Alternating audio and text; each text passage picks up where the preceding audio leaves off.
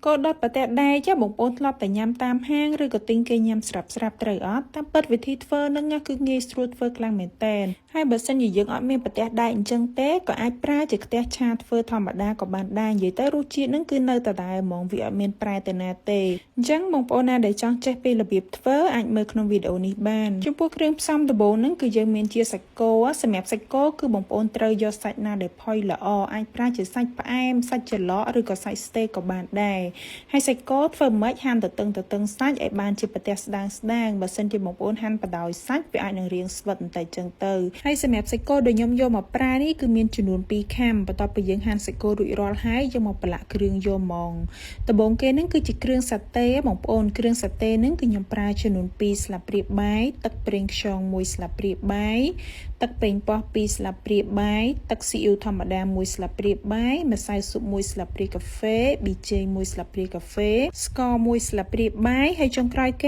េគឺជាម្សៅឆាហ្នឹងខ្ញុំដាក់ទឹកកន្លះស្លាបព្រាកាហ្វេទេហើយបើសិនជាបងប្អូនណាដែលចង់ឲ្យវារាងខាប់យើងអាចដាក់ដល់1ស្លាបព្រាកាហ្វេចឹងទៅ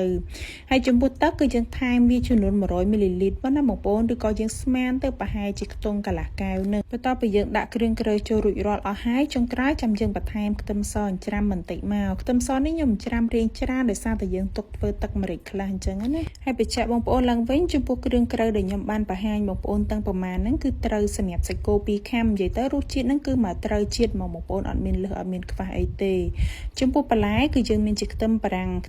្នឹងគឺខ្ញុំប្រើតែមួយចាហៀងទេយើងហាន់វាជាប្រទេសស្ដើងបន្ទាប់មកយើងមានស្លឹកខ្ទឹមបន្តិចមកយើងហាន់ផ្នែកគល់ទុកផ្សេងហើយផ្នែកស្លឹកទុកផ្សេងមកហើយចំពោះម្ទេសទៅវិញបងប្អូនដាក់ក៏បានអត់ក៏បានដែរតាមចំណង់ចំណូលចិត្តហើយមុននឹងយើងចាប់ផ្ដើមធ្វើគោដុតប្រទេសដែរយើងមកលាយទឹកម្រេចឲ្យហើយមកចំពោះការលាយទឹកម្រេចឲ្យមានរសជាតិឆ្ងាញ់ហ្នឹងគឺយើងអត់ប្រើអំបិលឬក៏ប្រើទឹកត្រីទេបងប្អូននិយាយទៅយើងប្រើតែស្ករប៊ីចេងម្សៅស៊ុបម្រេចហើយនិងខ្ទឹមសច្រាំហើយចុងក្រោយគេគឺខ្ញុំច្របាច់ក្រូចឆ្មាចូលហ្មងនិយាយទៅចំពោះការធ្វើទឹកម្រេចរបស់ខ្ញុំរាល់ដងហ្នឹងគឺខ្ញុំអត់ដែរដាក់ទឹកត្រីឬក៏ដាក់អំបិលចូលទ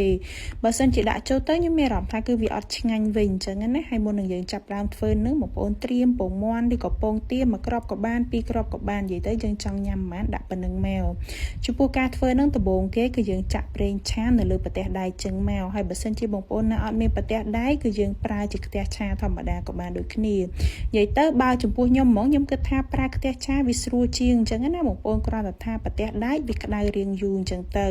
បន្ទាប់ពីយើងចាក់ប្រេងឆាហើយដាក់សាច់គោឆាលឿនមែនតើបងប្អូននិយាយទៅសាច់គោឆាប្រហែលជា1នាទីហ្នឹងកុំឲ្យវាឆ្អិនពេកបន្ទាប់ពីឃើញសាច់គោរាងឆ្អិនមកល្មមយើងគូសពងទាដាក់ចូលមកហើយសម្រាប់ខ្ទឹមបារាំងវិញបើសិនជាបងប្អូនចង់ញ៉ាំឆៅដូចខ្ញុំអញ្ចឹងចាប់វាដាក់ពីលើមកប៉ុន្តែបើសិនជាបងប្អូនចង់ញ៉ាំឆ្អិនយើងដាក់ឆាជាមួយសាច់គោដំបូងគេអញ្ចឹងណាហើយចំពោះសាច់គោទាំងពងទាទាំងអីហ្នឹងបងប្អូនកុំឲ្យវាឆ្អិនពេកពងទាយកឲ្យរាងជាប់ភ្នៅសាច់គោយករាងឆ្អិនមកល្មមបានហើយព្រោះដោយដែលបងប្អូនបានដឹងអញ្ចឹងសាច់គោបើសិនជាវាឆ្អិនជ្រុលវាទៅជារឹងទៅជាស្វិតអត់សូវឆ្ងាញ់ទេជាពិសេសសាច់គោដែលយើងយកមកប្រើហ្នឹងគឺត្រូវប្រើសាច់គោដែលផុយល្អបងប្អូននិយាយទៅបើសិនជាយើងរើសយកសាច់គោកន្លែងណាដែលវារាងស្វិតយកមកធ្វើក៏វាញ៉ាំទៅអត់សូវឆ្ងាញ់ដែរហើយសម្រាប់គោដុតប្រទេសដែកហ្នឹងគឺគេញ៉ាំវាពេលនៅក្តៅបងប្អូននិយាយទៅយើងលើកពីលើភ្លើងភ្លាមគឺយកវាមកញ៉ាំភ្លាមមកហ្នឹងហើយបងប្អូននេះគឺគោដុតប្រទេសដែករបស់ខ្ញុំគឺបានធ្វើរួចរាល់ហើយណាហើយឥឡូវខ្ញុំមកភ្លក់បន្តិចដើម្បីប្រាប់បងប្អូនថារសជាតិរបស់គេនឹងយ៉ាងណាដែរអញ្ចឹងណាប៉ុន្តែមុនហ្នឹងគឺថាអស់ខ្លះហើយបងប្អូនអស់ចង់ពាក់កណ្ដាល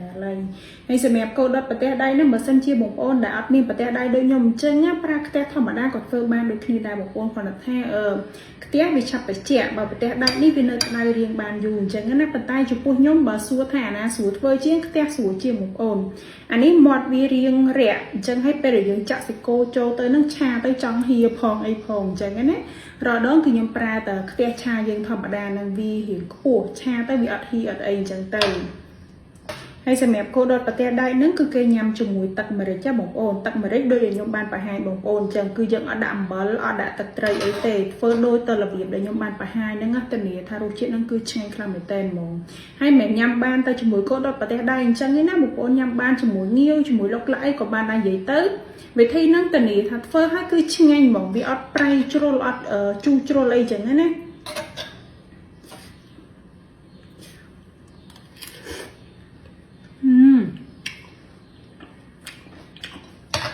ិយាយទៅមុខនេះគឺឆ្ងាញ់ខ្លាំងមែនតើបងប្អូន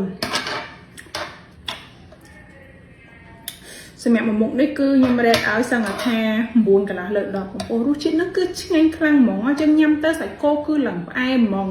ហើយគ្រឿងដែលខ្ញុំបានបង្ហាញបងប្អូនទាំងប្រមាណហ្នឹងញ៉ាំទៅគឺមកឆ្ងាញ់អត់មានលើសអត់មានខ្វះអីទៀតទេណាព្រោះអីគឺខ្ញុំធ្លាប់ធ្វើអញ្ចឹងណាបងប្អូនអញ្ចឹងហើយគឺយើងដឹងថាស្មានប៉ុណ្ណាវាល្មមអញ្ចឹងណាយើងអត់ចាំបាច់ភ្លក់ថែមថយទៀតទេ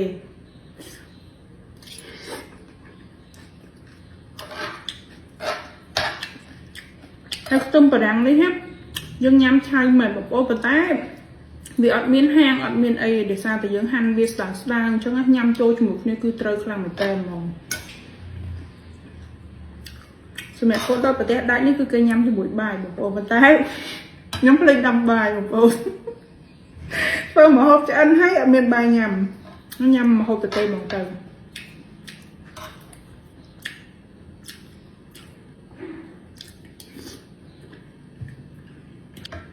ថ្ងៃបងប្អូនសម្រាប់វីដេអូរបស់ខ្ញុំគឺមានតែប៉ុណ្្នឹងទេហើយមួយមុខនេះតនីឲ្យគឺបងប្អូនធ្វើញ៉ាំហើយគឺដឹងតែចូលចិត្តហ្មងហើយបើសិនជាបងប្អូនមានជាមតិយោបល់ឬក៏ចម្ងល់អីក៏អាច comment បានដែរណាអរគុណច្រើនជួបគ្នានៅវីដេអូក្រោយៗ